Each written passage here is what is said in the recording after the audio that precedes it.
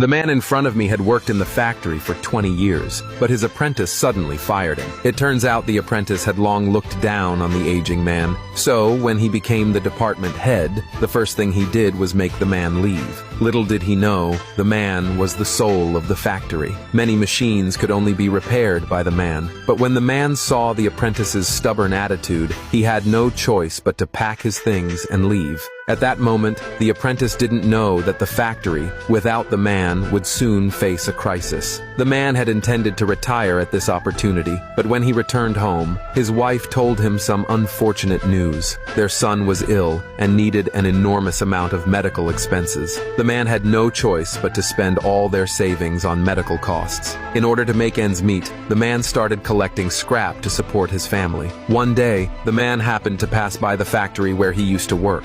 The apprentice just so happened to run into the man collecting scrap. He disdainfully walked up to the man, then he kicked the scrap and mocked the man, calling him a useless garbage collector. But the man remained very calm, because he knew the apprentice wasn't skilled. The factory would eventually fire the apprentice. At this moment, the apprentice suddenly received a phone call. The factory's machines had all broken down. The apprentice immediately rushed back to the factory in a panic. Meanwhile, the man continued collecting scrap. At the same time, a billionaire CEO was desperately searching for the man's whereabouts. It turns out he had recently opened a new factory, but the factory's machines had suddenly broken down. The CEO had hired experts for $1 million, but they said it would take a month to repair. This would result in a loss of over $100 million in orders. As the CEO was worrying, one of his secretaries said there was still a way. He knew a man who could definitely fix it. The CEO's hope was reignited. Perhaps it was the favor of Lady Luck. One day,